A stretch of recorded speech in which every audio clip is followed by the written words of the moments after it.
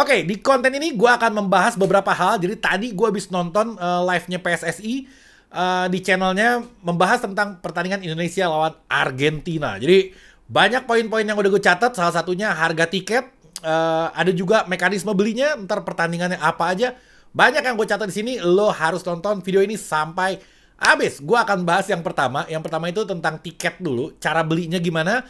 Lo bisa beli di website PSSI yang pertama, dan lo juga bisa beli di tiket.com. Tapi ada yang aneh, kalau di tiket.com ini lo bisa belinya berhubung PSSI ini bekerja sama dengan tiket.com dan BRI. Jadi tanggal 5 ini dirilis bisa dibeli tiket, lo nge-war di situ habis-habisan, tapi khusus nasabah BRI. Ini agak ngeganjel buat gue. Jadi kalau misalkan di tanggal 5 dihabisin buat nasabah BRI, nanti di tanggal 6-nya kan dibuka buat umum. Takutnya udah habis, karena gue rencana nggak tahu, gue mau beli yang di atas lah, paling yang harganya kategori 3, 600 ribu, ntar gue akan sampaikan semua harga-harganya.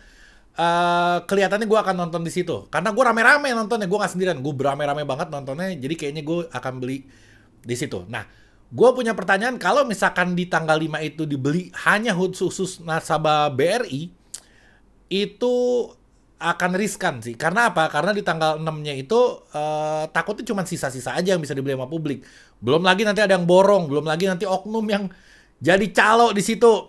Tapi dia udah berusaha mengantisipasi, nanti gua akan sampaikan juga cara mengantisipasinya kayak gimana. Jadi itu dia yang pertama, tanggal lo siapan aja lah. Dari lo belum punya BRI ya, lo sekarang buru-buru bikin bank BRI, tabungan di situ, jadi lo bisa dapat tiket di tanggal 5. Paling nggak lo udah aman duluan sebelum lo nekat-nekatan di tanggal 6. Kalau nggak kebagian ya kita gimana, nggak bisa nonton. Kalaupun mau beli calo, harganya udah pasti gila-gilaan, pasti harganya naik nggak kira-kira. Oke, cara ngantisipasinya dia bilang kayak gini, satu KTP itu bisa beli buat 2 orang. Sebenarnya ini bukan cara yang baru, gue nonton bola hampir setiap minggu memang kayak gini skemanya. Satu KTP bisa beli buat 2 orang. Gue bingung ya, kalau misalkan nanti KTP-nya ini harus di-storekan juga atau enggak.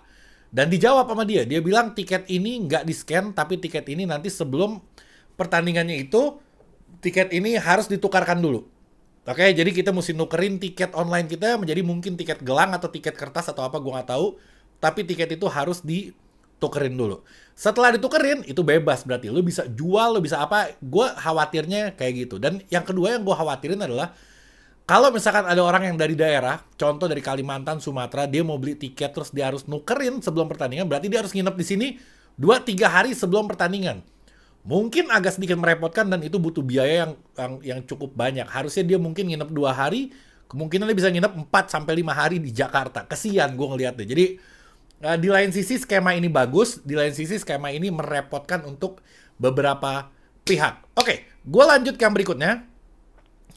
Jadi total tiket yang dijual 60.000 tiket. Kenapa nggak semua? Nah ini dia alasannya.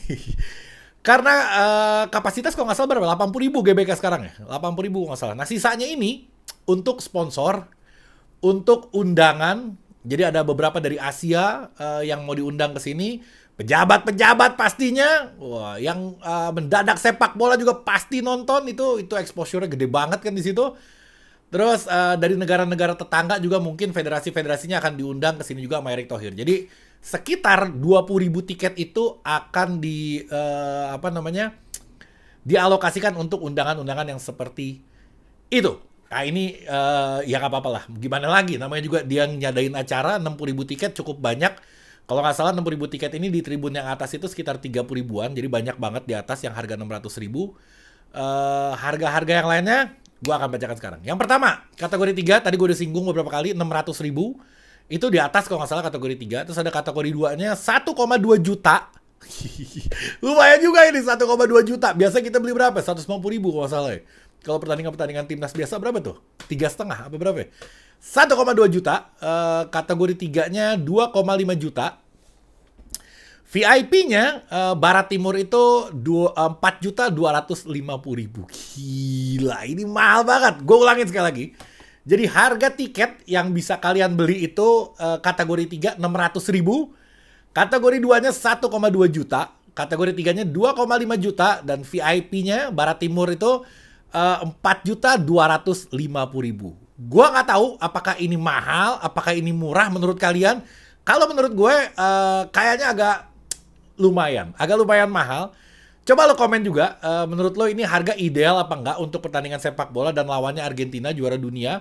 Apakah sepadan atau kemahalan atau kemurahan? Coba lo komen di bawah. Tapi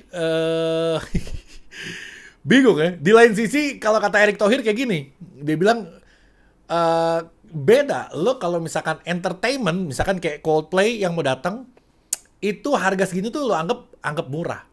Tapi kenapa sepak bola dengan harga segini lo anggap mahal? Padahal kata Erick Thohir, sepak bola itu ada nasionalisnya juga. Kalau konser musik itu kan cuma sekedar hiburan aja. Tapi kalau sepak bola hiburannya ada, nasionalisnya ada, dan banyak hal yang lebih sebenarnya daripada cuman konser. Jadi harusnya menurut Erick Thohir harga segini tuh jangan dianggap mahal. Harusnya harga segini ya masuk kategori murah karena kelebihannya banyak dibanding konser. Itu kata Erick Thohir. Kesimpulan yang gue dapatkan kayak gitu. Oke. Ditanya sama wartawan, ini anggarannya dari mana nih? Terus gimana sistem alokasi tiketnya? Misalkan keuntungan berapa, Argentina dapat berapa, terus modalnya dari mana, segala macam. Erick Thohir nggak mau ngejawab. Dia bilang nanti, belum waktunya dijawab. Nanti akan terbuka. Malah dia ngelempar ke audit yang sekarang dilakukan ke PSSI. Dia bilang kita nanti akan terang benderang, kita akan transparan kepada rakyat. Dia bilang kita akan buka semua. Dari mana pemasukan PSSI, pengeluarannya untuk apa aja. Dia bilang dia akan bongkar semuanya. Keren. Kita harus apresiasi. Terus ditanya tadi, yang pertanyaan sama gue. Kata Kompas, harga 600.000 ini apakah sudah ideal dengan warga kita atau enggak? Erick Thohir nggak bisa ngejawab, malah dilempar lagi ke wartawan. Dia bilang, ya menurut kalian kayak gimana? Seperti yang tadi gue ditanya ke kalian. Menurut kalian 600.000 kategori 3 ini murah atau mahal atau kayak gimana? Gue ngelihatnya agak lumayan sih. Agak lumayan nggak murah. Gue nggak bilang mahal tapi agak lumayan kagak murah. Oke. Gue lanjut ke berikutnya. Ada beberapa wartawan juga yang nanya, olah bola nanya, ini apakah cuma tiket aja atau ada tiket yang eksklusif gitu? Kayak contoh meet and greet. Ada nggak tiket yang sekaligus meet and greet dengan pemainnya gitu? Misalkan kayak makan malam bareng, terus foto bareng, tanda tangan jersey, apa segala macam. Kata Erick Thohir nggak ada. Ini permintaan dari Argentinanya untuk untuk pengamanan dia, keamanan dia, karena ini tim besar, ini juara dunia. Bayangin ada Messi di sana, ada beberapa pemain dunia. Jadi dia nggak akan mau melakukan hal itu, dia hanya main, selesai, udah selesai. Ditanya agendanya apa aja dari mulai turun pesawat, dijemput di mana, hotel apa, dia nggak mau ngebocorin karena itu permintaan dari Argentina. Menurut Pak Erick Thohir, ya wajar juga sih karena ini bukan sembarangan. Orang-orangnya juga kalau misalkan dia cedera yang teriak, negaranya, klubnya semua pada ngamuk-ngamuk kalau Indonesia mencederai. Apalagi muncul kemarin nggak sabar lihat Asnawi tackle Lionel Messi. Ya salam. Gue bilang kalau misalkan sampai di tackle cedera Messi-nya, abis tuh Asnawi. Dibully jangankan sama sedunia, sama fans Messi di Indonesia aja itu bisa tutup akun, tutup komentar itu. Apalagi sama fans Messi di seluruh dunia. Ratusan juta orang. Jadi main enjoy aja, jangan caper, jangan terlalu show off, pengen dilihat sama orang.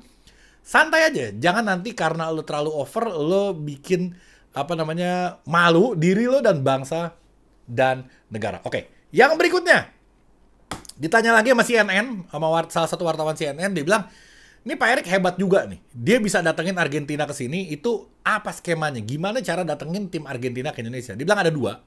Yang pertama itu melalui agen, yang kedua federasi to federasi.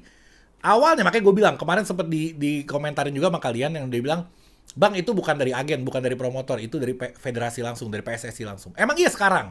Dulunya itu Nine Sport, Arif Putra Wicaksono namanya.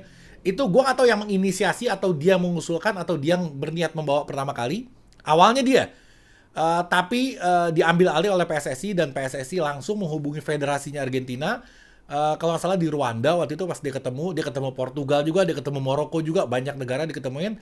Tapi Argentina yang menjadi pilihan utama Erick Thohir. Dan berhasil, jadi lobby-lobbynya antar federasi.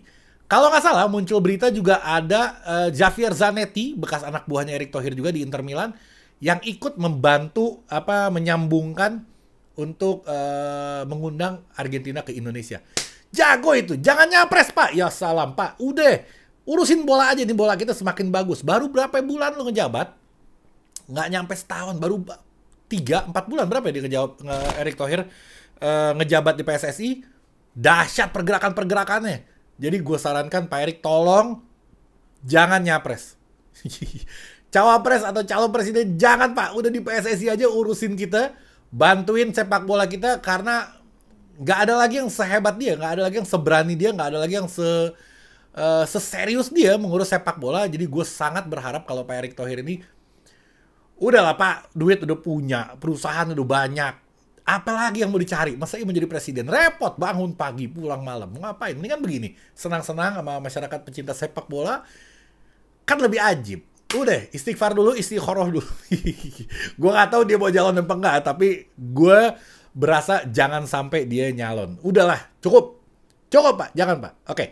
Yang berikutnya, ini sebenarnya pertandingan penting dan nggak penting untuk Indonesia. Sekarang pentingnya apa? Kita memang di atas kertas agak repot lawan dia ya. Tapi Argentina ini kalau kita bisa menang, atau kalau kita seri itu poinnya lumayan. Kata Erick Thohir kita bisa mendapatkan 4,55 poin.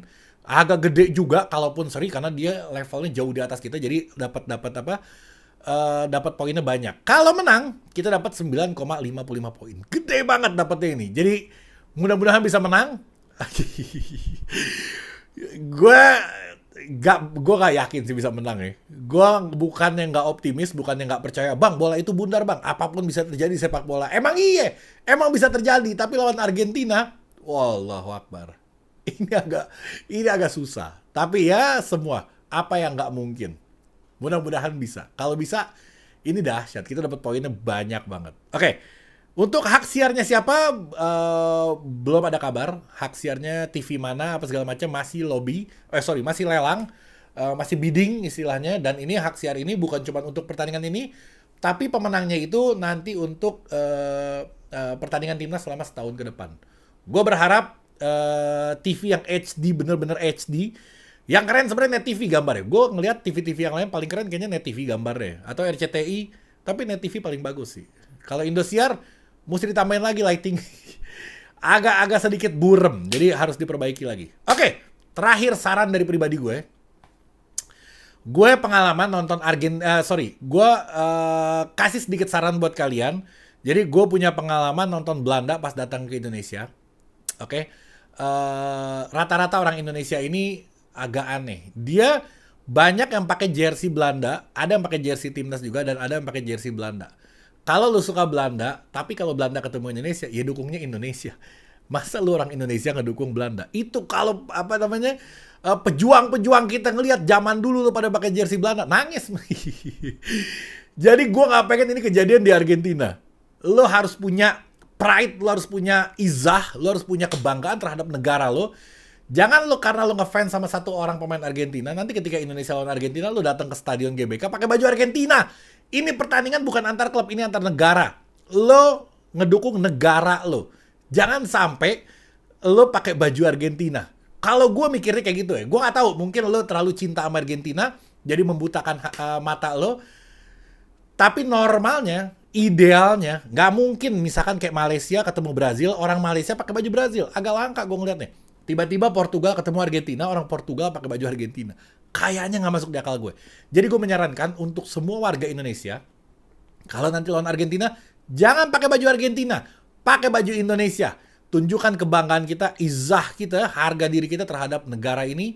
Jangan sampai kita buang harga diri itu hanya karena kita ngefans sama beberapa pemain di Argentina. Dan nggak dilihat juga, percuma. Nggak diapresiasi sama orang Argentinanya. Jadi, daripada aneh-aneh pakai baju Argentina, ya normalnya lo pakai baju negara Republik Indonesia. Cukup sekian konten dari gue. Catatan gue udah habis, jadi gue akan buat konten lagi nanti ketika ada berita-berita terbaru lagi.